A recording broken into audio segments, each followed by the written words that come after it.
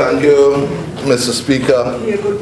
And I know that my good friend, the Honourable Member for St. Kitts number 2, decides to leave as I rise to speak.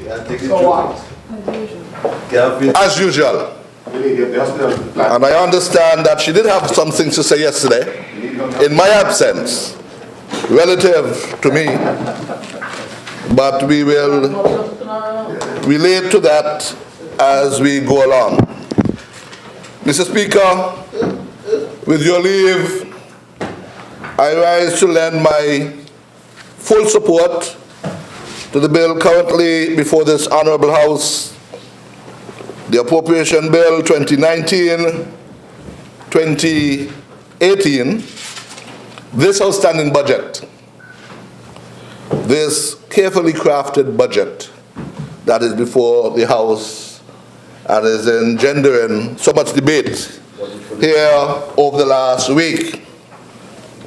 Mr. Speaker, as I've said in the past, as I say again today,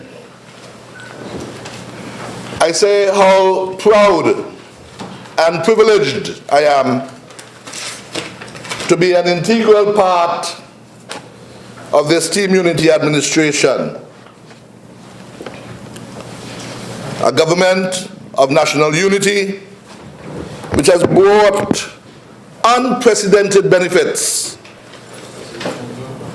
in the very short space of 3 years and 10 months to our country,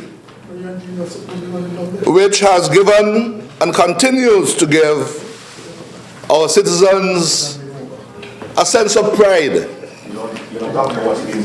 Pride in the strides we are making, a sense of excitement in where we are today, in what is happening right now in Bastia, as I speak, in 4th Street and elsewhere in Bastia, in Main Street, Charlestown, Nevis, and elsewhere in Nevis.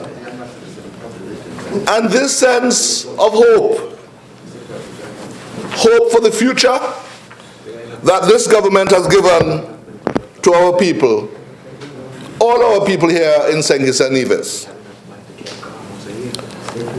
Mr. Speaker, you have heard the honourable mover of the bill, Prime Minister and Minister of Finance, Dr. the Honourable Timothy Sylvester Harris, deliver a sterling budget address some 7 days ago, on Wednesday, 6th December, which gave an overview of the administration's performance during the past year, while highlighting significant plans and programs for the year upcoming. This budget has received and continues to receive accolades from all and sundry, right here in St. Kitts and Nevis, and also throughout the region and among our people throughout the diaspora. Mr. Speaker, the appropriation bill before the House and the schedule incorporated in it shows total estimates made up of the recurrent expenditure of the government, the capital expenditure and net lending, charges on the consolidated fund, the total provided by law, and this total sum is estimated to be in the sum of $771,881,883, $773 million of expenditure budgeted for the year 2019, and which we are seeking to get support of the Parliament to be able to do the work of the people of St. Kitts and Nevis. Mr. Speaker, this total expenditure, this total estimate is an increase of some 9.5% over the estimates made for this year, 2018, last year. And that is this year that is now coming to an end. The estimated recurrent expenditure has been increased over last year by some 14.5% in budget, while the capital expenditure is up 2.5% as we build out our projects and programs to continue to improve the lives of our citizens, those who are doing well and those who may be or are vulnerable. Mr. Speaker, these financial estimates are very instructive for the show an excellent performance by our country by any measure. I know that there are some who cannot, who will not come to terms with this reality, and they will do anything, they will say anything to try to throw cold water on that, to open the apple cart, to try to distract, to try to mislead the people of this country. But they will fail. Because the people of St. Kitts and Nevis, whether you are supporters of the Labour Party, the NRP, CCM, PAM, PLP, Unity as a whole, they know the truth. The people of St. Kitts and Nevis feel it where it matters. Yeah, man. They feel it. They feel the victimization. They know the truth about the double salary. The slippery slope of democracy. They know the truth Totalitarianism. about the holiday pay bonus. Yes, that's what they feel. They feel that. They know the truth. They feel that. Ordinary poor people know what it will be like on Friday to receive $500 every month in terms of their poverty alleviation payment. 4 years ago. They know. They see the lines in town and elsewhere. Elections are coming up. You play? They know You play? the traffic jams in Bastille. People knocking over each other. They know about the economic activity. They have the excitement that comes with VAT-free days. You can't put the report. They feel the excitement. All this good news you can. And some of them can come to reality with it. They can't take it, Mr. Speaker. And so we get all sorts of distractions in this country, in this parliament. Mr. Speaker, the people of our country understand that there is a stability here. The country is stable.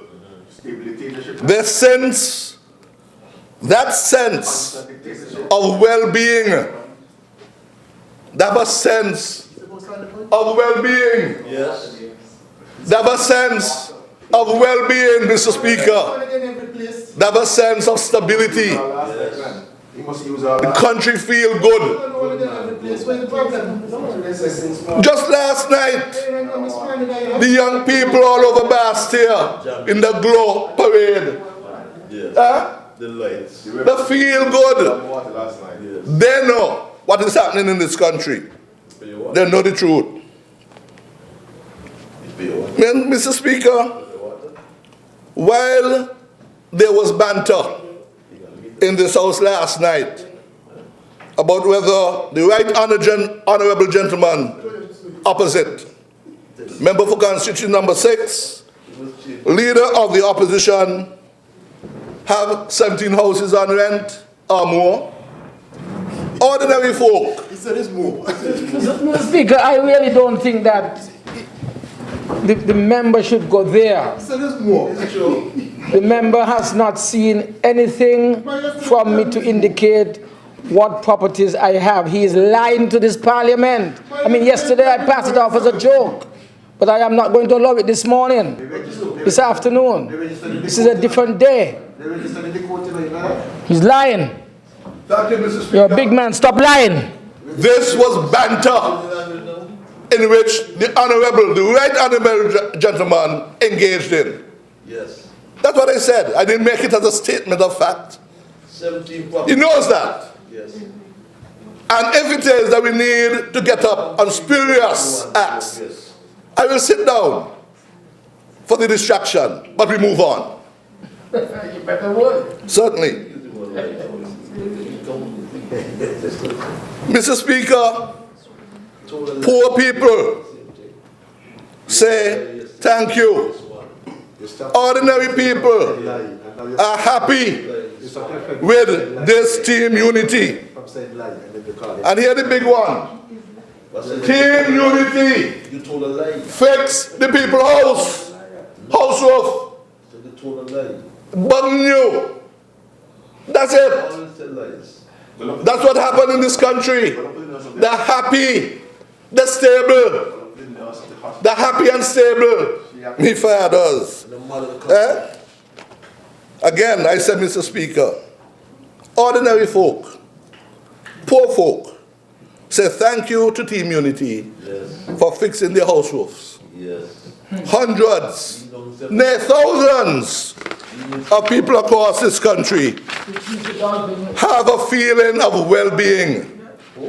They have a burning sense of pride in this nation of ours, in what this government of national unity has done for them and all of us. And Mr. Speaker, I think back to no other time to exemplify this than during our independence celebrations in September earlier this year. The military parade at Warner Park Stadium, and the thousands who turned out to show their patriotism, for they knew their government, their country was working for them. Mr. Speaker, people feel good about what happened in the country. You feel good. People feel You good. know what you do in your office. You know what I mean? 2 more that days, and everything will be okay. That's it. Our people, Mr. Speaker, are not silly. Our people are not stupid. You say that like it just. Our people are not mumu. You just give They know that this government, as the unique way. this Team Unity administration, this government of national unity is doing good. And they will throw it, they will not throw it away. And I repeat it, Mr. Speaker, our people will not throw that away for an administration that failed us miserably. They ain't going back there. Oh boy. Mr. Speaker, in 2017, there was an actual surplus realized in the finances of St. Kitts and Nevis of $88 million. This Parliament approved a budget surplus this year, or last year for this year, of $138.6 million. That's what was approved last year for this year. And we project in 2019 that we should get a surplus of $157.4 million. Every year, there is that projection, Mr. Speaker, that this government is managing the finances properly, that we can budget for surpluses in excess of $100 million. And it just keeps going up and up, Mr. Speaker. We'll come to talk about the Sovereign Wealth Fund and resilience funds for the rainy day with the surplus eventually. I'll come to it. But for now, Mr. Speaker, it is enough to know that we have been budgeting for, estimating significant surpluses and building on those surpluses. It's like people have savings in their pocket, in their bank accounts, and there's that feeling of satisfaction, of confidence. That what you're saying is true. Mr. Speaker, we project that in 2019, we should get a surplus of $157.4 million. But, Mr. Speaker, our technical people in the Ministry of Finance, many of them there for decades, some of them there 20 years. They didn't just start work 3 years ago. They're there all the time. The same technical people who doing these maths and doing these projections, who've been there from the 1990s and the 2000s. These technical people by the IMF and published, who prepare our estimates, they can be published, have been very conservative. They've been very conservative last year when they said that we would get a budget of surplus of $138 million, because those same technical people in the Ministry of Finance, they're trained in economics, they're trained in finance, in accounting. the IMF too. The technical people of this government, no politician doing those maths. The IMF too. The technical people of our government, The IMF in the politics. Mr. Speaker, and hear this, they now project that for the year 2018, this one we in, that we come into an end to, St. Kitts and Nevis will make a whopping $296 million surplus, more than 100% of what they estimated. So fake, you can't pronounce it by. That's what it is. And it's like it weighing on some people. That is what we are here to talk about, Mr. Speaker. When the IMF report, You know? And the just can't accept it. It's bothering people. The wrong people. Not the people outside there who get a double salary, the IMF report, who get in their bonus, the non-establishment workers. Not those who get the $500 on Friday. Not those people who households get fixed. They want to know where the money gone. That's where it gone. We know. They know. People said, no, it ain't true. It's a mirage. But the house was fixed. That's the truth. That's the reality. And some people just got sour grapes. Yeah. You see? You see, Mr. Speaker? You see why the right honorable gentleman and his colleagues can't take it? Huh? Why he throws in the IMF? He loved the IMF, you know. He had a relationship, a very good relationship with the IMF. He loving them up. He want the IMF, the IMF. What about the IMF? Me fathers. We need a credible I don't understand. source. He said he want a credible independent source. He does not consider the central bank of the Eastern Caribbean Currency Union to be a credible source. He don't consider that. So why are you hiding the other people? The Eastern Caribbean Central Bank of the Eastern Caribbean Currency Union, a very right honorable gentleman, was a very critical part for many years. He sits in the councils. He know the people. He made decisions for them. He part of that. But suddenly the central bank ain't good enough. But why? Why you can't take it? Yeah.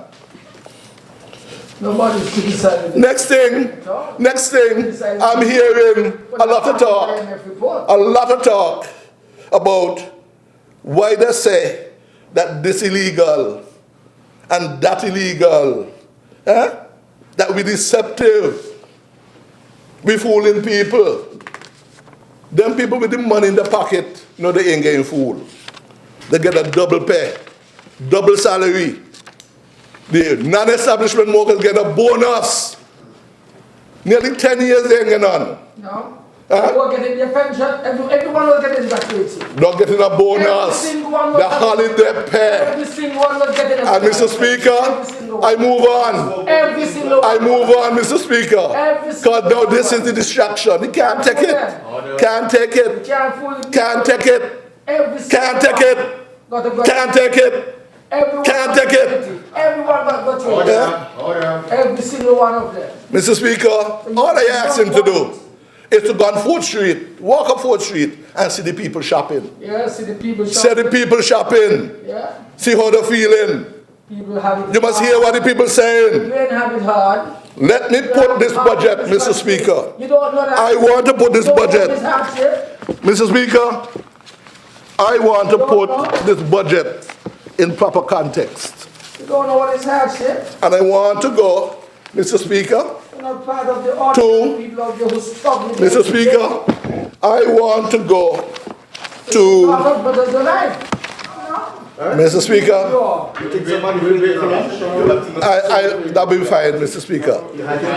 Yes, if we can break for, have a short break, a break for lunch. Honourable members, Thanks, Mr. Speaker. this Honourable House stands adjourned for lunch.